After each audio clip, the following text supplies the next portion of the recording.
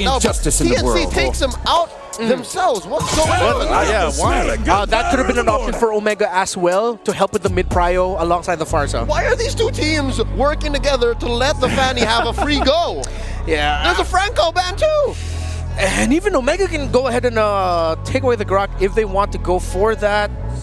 Franco suppressed. What are they not showing just yet? Kaja's the only one that's left to kind of like hard stop the Fanny here.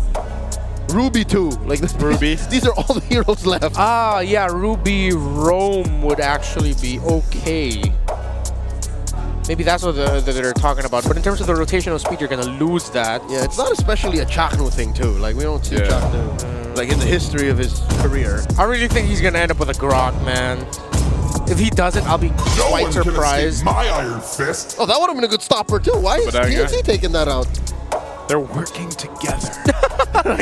What is this, conspiracy casting? I mean, I get it. You guys are the same creative team behind your roster reveal videos. The colorist was in the crowd earlier. Dieter Koroya, but I don't know, man. What's Muscle of Iron. Well, they get the Gattacacho here from Smart Omega. Okay, Yoshi gets it. Yep. Now we'll have to see, is it going to be that Grok that we talked about? And then, of course, what do you put in the mid lane? What if the Baksha is already locked in as the roam for TNC and they're really thinking of giving something else to Zyda? Because they can honestly still go Akai. There's no Valentina to worry about. Okay, that is a solid approach to it.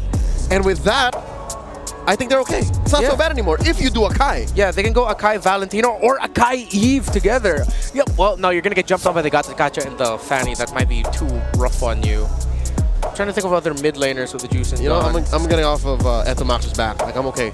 Gattacacho Eve? Akai. Sorry, Akai Eve. Akai at least. Mentioned? Yeah. This has got to be Akai. Akai Eve? Akai Eve, Akai Valentino, one of those two. Yeah. And then, yeah, you just get the better edge, like, basically. Oh, Kimi Hayabusa. Double marksman again. Okay.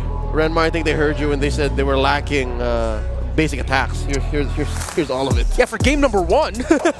Game number 2, you're okay. You already have the Moskov, but sure. Let's see how this goes. Baksha with the Hayabusa. Okay, Gattacacho will have the Revitalize, so trading isn't that going to be easy, but then you do have the Poisons by level 4. So do they throw an Esmeralda or a Hilda onto James here? I think Hilda would be great for James, yeah. Hilda? Against the Lapu. CC is still on the board, but you're not really going to get too much value out of that. You can't go full damage on the EXP. The CC might be enough pressure for Moskov, though. Like, you just at least put pressure there, and then you can have Fight for the Ryzen come ultimate through. answer. So Hilda can do the same thing. Gets a little tankier, too, built in, and then yeah, this is good trading, I feel like, for Smart Omega to deal with against TNC. I know my boy James Gloria. Again, you can just throw that Hilda into Zyda's face, even into Lancy, hell, even Benny Cutie. I'm just saying, say this now, I'm salty. If TNC went with an Akai, that Hilda last pick would have done nothing. It wouldn't have been a Hilda last pick. Yeah, it would have been. It would have changed. It would have changed. It would have changed up the dynamic too, which would have favored TNC. But you know what? I can't help it. Let him cook. Just let him cook. Let's see what TNC can do with this. You see a little bit of the vision that they want around the Hayabusa, Kimi, and Moskov at the center of the map. Should be enough pressure. You're not gonna win straight up, but you'll apply enough pressure so that the Moskov has more room to work with. Okay, well, here's one last look of both lineups. You guys can let us know, too, what you think is going to happen here. Which team has the better lineup? Is it going to be a sweep already for match number 1 here in day 1 for Smart Omega, or will TNC be able to bring it to a game number 3? We're going to jump into land of Dawn once again to find out here. And yeah, if you look at this, the way that they're going to start is crucial once again for, I would say, for even for TNC, for Ryzen. Oh, James. Forcing a flicker out of James early on. Wow. That was honestly a very good read by TNC Pro Team. I think they expected James wanted to check that part of the jungle. So Chaknu started his rotation alongside 3mar there. Great check and start by TNC. That's an early rook surrendered over. Omega can't be as aggressive for the next 2 minutes now. Yeah, you'll have to wait out. In terms of the emblems, nothing too fancy. Very tanky front lines, and you even see Lancy pick up a tenacity, so he's a little bit more survivability, considering that he's up against so much burst damage that could come from so many angles. Yeah, I feel like one of the difficult things here too is just making sure you don't lose control of your jungle, and that's why you see TNC helping secure this, keeping up. They knew Ryzen was at least a threat for now, so he gets forced back to his jungle, and we go back to a pretty much normal rotation for both teams. Okay.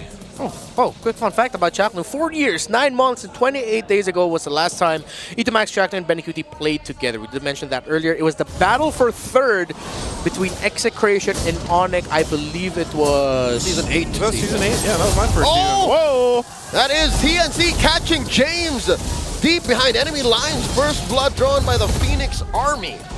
Good catch there. Yeah, great rotations. I think what TNC are doing right now is they're checking James, how this Hilton wants to play the game. They're responding to that, which is a good start because a lot of the priority and pressure coming from Omega in the early game will come through that Hilda. It's a good thing TNC have been marking that well. Okay, Turtle's up here. They should just have a pretty easy shot at this unless James is leading the front with Super Yoshi, so... He doesn't care, he's just chasing after the Hayabusa. He just runs on in. Feathered airstrike coming in from Haji, spotted here by 3mar. Super Yoshi very low, Turtle down to retribution threshold, down it goes, Zaida is the one who takes it, but he's taken out by Ryzen. SOD thrown out by Benecutie, but no one home. Lancy takes Super Yoshi. Big win here for TNC. Honestly, that got quite hairy. Omega could have gotten in for the surprise and actually win that. But good thing Zaida was able to use the Shadow kill and Shadow out just in time so that he doesn't get killed by Zaida, who was locked in on him. He also had a bit of help there in the backline to make sure he survived. And again, TNC have acknowledged one core condition to focus on the Hilda. Gentlemen, very greedy. Do you see Lancy's first item? SP. Sky Piercer Rush. So considering that he did get the first kill, he doesn't have a stack on it yet, but I think they're acknowledging that, yeah, there's a chance they could actually get a lot of kills through this Kimmy very early on. The Kimmy paired with the Hayabusa is actually a lot of pressure already, damage-wise, in a lot of these early fights that are breaking out. James should be fine. Backs on out, but yeah, the Lapu Lapu is going to have a great time here for 3mar. Fine is a very generous a term. I'd say he's surviving. He's surviving. Well, I mean, in the early game, that's exactly just what you want to do, right? You know, you just want to survive. You want to make sure you're not giving out some early kills. Here, though, pressure on a little bit. The jungle of Ryzen, they're checking him, getting his info on him very well. They're not allowing him to really play a crazy game similar to the last one. Lamar gets caught out here. Ryzen misses because of the wall. Now he gets trapped. Lancy gets a kill. One stack. That was First smooth. Piercer. Smooth. Very, very smooth by 3mar. Able to get that Land Shaker stun off just in time through the Bravest Fighter. And you see it here. They're communicating. They're talking, man. A little bit more cohesive is what TNC Pro Team is trying to do. Caution pulse on Haji. Does not have a flicker, does get away with a feathered airstrike. Close call for the KDA machine. Yeah, that could have been, again, a lot of the interactions with that Hayabusa and the Kimmy are going to work great. So, no traction pulse just yet, but I think TNC still has good control of this Turtle. Haji starts off with a feathered airstrike, putting Lancy at a quarter of his health. Chaknu holding on to the major objective. Here comes James, looking for a target to latch on to. Ryzen dashes through. Some cables out. Now the flicker in by 3mar. No one home. Common Force dropped here by Netsky. Zaida takes the Turtle. 3mar takes down Ryzen. And James in the back line against 3. Nothing to his name. 2 down for Omega. TNC walking away with everything. I like how TNC Pro Team was able to recover from game number 1. You see it. They're more cohesive. They're tight in their formations and their comms. Yoshi! That is another ult coming in from Lancy. Gets caught by Haji though. Cuts his Sky Piercer, stacks in half. The KDA machine protects his tier 1. Great shot from Haji to be able to find that and stop that from getting worse. Yeah, great senses by Haji. It was actually Lancy in the shrub, but I believe he still had just enough time on the vision on him, considering that there was a member of Omega that was able to clip him for a bit of damage so that he knew exactly where to bring down that feathered airstrike. And of course, you can also even see the animation of the Kimmy basic attacks coming out of there also. So that alleviates a little bit of the pressure from the Sky Piercer stacks that Sky Piercer stack, that Lancy got. Whoop, Yoshi finds the taunt on a Chaknu, backed up by the salvo from Haji. That's a free pick off. Omega just digging themselves out of this hole. Oh, Benecutie should... Is he going to get out of this? Oh, the AOG from Yoshi. Forcing a flicker from Benecutie. And comes Lancy, putting beads on the 4 members of Omega. Omega knows they can fight back. Benecutie's nearby. Yeah, they got to... Again, I'm actually surprised at how much damage Smart Omega was actually able to do against someone like Chaknu, a hero that's supposed to be a little more tankier, even popped the Revitalize, but they just kind of tore through that Moksha. Well, yeah, Omega is so magic damage coded around the Farsa, Harith, and Gatotkacha, and I think we've already realized that a lot of magic damage numbers actually need some tweaking, because even if you have magic defense items, it doesn't feel like it's actually doing much. So now, you can't even blame Chaknu for getting picked off there. That was just a great response and great rotation by Omega and a good read to make sure that they knew Chaknu would be passing through here and that they were ready to pick him off. This last turtle, the game's going to be up. TNC has control of it. James will give the information, but you can see, I'm not sure if Smart Omega really wants to contest this. Maybe they're just going to jump in because Ryzen doesn't have his buffs. But they will get this turret pressure down on the bottom side. So it looks like it's just going to be a map trade for now for objectives. Yeah, they know that this is the only thing they can get away with without putting much in jeopardy. 3mar crossing the threshold here. Yoshi charging up a taunt. Does not want to engage. Okay, orange buff also getting stolen by Zyda there. Lancy decides to go for the Blood Wings as his second item, so he's really just went for a little bit more utility route, but with the Sky Piercer also allows him to go for something more aggressive and clean up focus if he can land those kills. More items across the board. It's a Malefic Roar Rush actually by Zyda, considering with how tanky the Gatotkacha is, and he will be dealing with a Hilda. He needed to get that Malefic Rush early on, and with all the shields, especially on the side of Omega, would have helped with that. Could spread one Dreadnought armor to Fury Hammers. Yeah. So far, the itemization is great by both teams. Yeah, the map is bleeding for Omega. The early rush on these high damage items, economy-wise for TNC, is slowly going to lock Omega out of a comeback. Yeah. One thing also now that Omega has to be careful of is that 3mar did just build up a Brute Force Breastplate. He paired that up with a War Axe, and you usually go for that because you know you're in the lead. You know that you can be aggressive. Oh, Feather Strike starting up. The answer. The traction pulse from Lancy, putting both teams at deadlock. Oh, it didn't cancel the Feathered Airstrike. Yeah. I thought it was just right at the tip of the traction pulse, so that Haji was still able to keep that Feathered Airstrike up. So at this point, if you're Smart Omega, you want to go ahead and start focusing on what you can do, and that might be putting some map pressure here and there, but if you go into a full force fight, I don't think you're really in that fighting position just yet. So it's almost like trying to just stop the bleeding. Oh, look at the pressure here in the jungle. TNC knows that Ryzen is going for his purple. Does he get it? Yes, there's no Ryzen. Gets locked out of his purple. 3mar got it. Yeah. 3mar got it. Oh my God, 3mar. The top of the leaderboards when it comes to damage. AOG coming through. Do they get the catch? Revitalize. Force dropped it. Down goes Benny. Netsky gets the kill. That's another kill. Traded out for 2 for 1 is the trade. And TNC are calling all the shots. The Phoenix Army have no breaks. They needed to commit a play. TNC Pro Team just answered so well. Benny tried to do the same trick again. Dashed into the AOG, then flicker out, but he was not able to get the flicker off just in time. Ryzen is not going to get checked here by Chaknu, but TNC Pro Team will get this Lord without a problem. Fantastic entry by Zyda with a shadow kill into the backline of Omega, who were a bit too staggered in that attempt.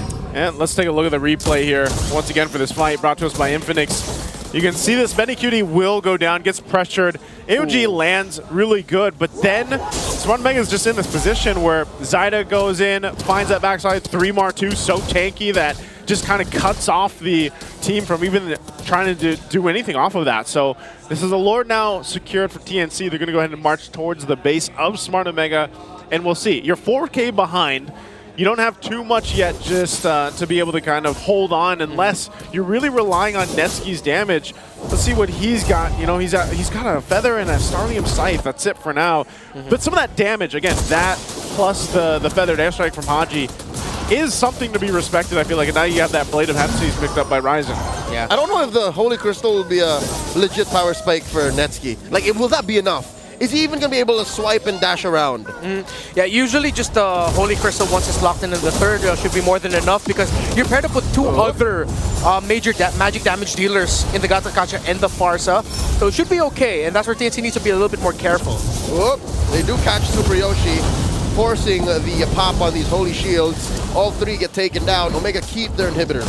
Yeah, I'm just gonna say this now. This is gonna be a very tough recovery for Omega. Yep. If ever Omega are gonna recover, it's because TNC messed up in the siege. They dove tower in the base a little bit too quickly. They weren't focusing on the heroes or focusing on the turrets.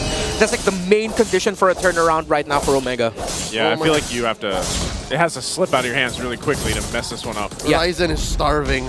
3mar threatening even the take on these small camps. And you see, again, it's with TNC just fixing up some of their major problems from game number 1. They are on point, they're locked in already. There's not a lot of errors, honestly, committed by TNC Pro Team. And if ever there are any, it's covered by someone. Exactly the conditions we discussed after game number 1. James forcing a response here from Zyda. Gets a shadow kill out of him, but that's really all she wrote. Traction pulse by Lancy. TNC are taking it slow. That's how you do it. I think they're playing for the next Lord. Yeah, I feel like at this point, too, it's like, you know, Ryzen's going to be off on his own, pushing the offside of the map, but it's great because you've got a Moskov. So Benny Cutie can go ahead and just clear that up and join the fight later on. And you just keep putting pressure on this side of the jungle, the purple buff here of Ryzen. Still doesn't get it. No dice for Sneaky Dean. A full-on engage. 3mar finds Haji.